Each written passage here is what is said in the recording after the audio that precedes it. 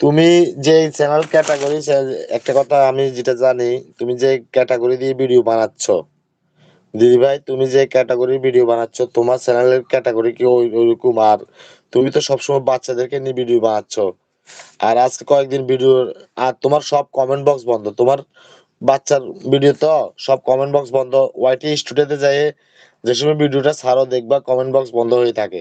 তুমি comment box গুলো দেখবা, তোমার একটি কমেন্ট বক্সে না, আমি তোমাদের দেখাচ্ছি, এই দেখাও, তোমাকে আমি দেখাচ্ছি, এই দেখো, তোমার একটি কমেন্ট বক্স চালু নেই।